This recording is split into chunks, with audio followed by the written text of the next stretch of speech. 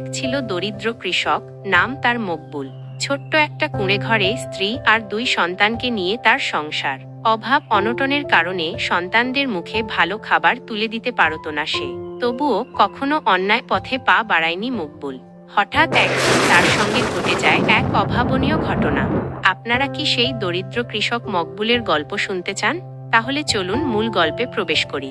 গল্প শুরুর পূর্বে অবশ্যই চ্যানেলটি সাবস্ক্রাইব করে ফেলুন। আর যারা ইতোমধ্যে সাবস্ক্রাইব করে রেখেছেন তাদেরকে অনেক অনেক ধন্যবাদ। একদিন মকবুল ফসল বেচে বাড়ি ফিরছিল। খুবই ক্লান্ত হয়ে পথের ধারে একটা পুরনো বটগাছের নিচে বিশ্রাম নিচ্ছিল সে। আর ভাবছিল, সে তো সবসময় সৎ পথে চলে, তারপরও সে এত গরিব কেন? সৃষ্টিকর্তা কেন সৎ মানুষদের এত কষ্ট দেয়?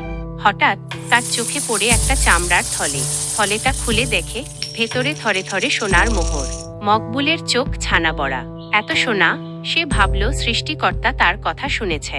তার কষ্টের কথা ভেবে সৃষ্টিকর্তাই তাকে মোহর পাইয়ে দিয়েছে। কিন্তু পরক্ষণেই তার মনে পড়ে, এটা তার নয়। মকবুল ভাবে, এই সোনা জারি হোক, নিশ্চয়ই খুব বিপদে পড়েছে। এটা ফিরিয়ে দেওয়া আমার কর্তব্য। এটাই হলো সৎ মানুষ এবং অসৎ মানুষের পার্থক্য। সে থলেটা নিয়ে গ্রামের মোড়লের কাছে যায়। মোড়ল সব শুনে অবাক হন। মোড়ল ভাবেন মকবুল কত সৎ, এতগুলো মোহর পেয়েও সেই মোহরের প্রকৃত মালিক খোঁজ করছে। তিনি ঘোষণা করেন, যার থলে সে এসে পরিচয় দিয়ে নিয়ে যাক। কিছুক্ষণ পর এক বৃদ্ধ লোক কাঁদতে কাঁদতে মোড়লের কাছে আসে। সে জানায় তার সারা জীবনের সঞ্চিত অর্থ চুরি হয়ে গেছে। আমি এখন কি করে বাঁচব, কি খাবো? আমার সব শেষ হয়ে গেছে। মোড়ল তাকে থলেটা দেখালে বৃদ্ধ তখন আনন্দে কেঁদে ফেলে। সে বলে, এই সোনা আমার জীবনের সম্বল ছিল। তুমি আমার জীবন বাঁচালে। আমি তো ভাবছিলাম আর কোনোদিন এই সম্পদ ফিরে পাবো না। মোড়ল মকবুলের সততায় মুগ্ধ হন। তিনি তাকে কিছু সোনার মোহর পুরস্কার হিসেবে দিতে চান, কিন্তু মকবুল সবিনয়ে প্রত্যাখ্যান করে বলে, আমি আমার কর্তব্য পালন করেছি, পুরস্কারের আশা করিনি। মোড়ল মকবুলের এই নিঃস্বার্থতায় আরও বেশি অভিভূত হন। তিনি গ্রামের সবাইকে মকবুলের সততার কথা জানান।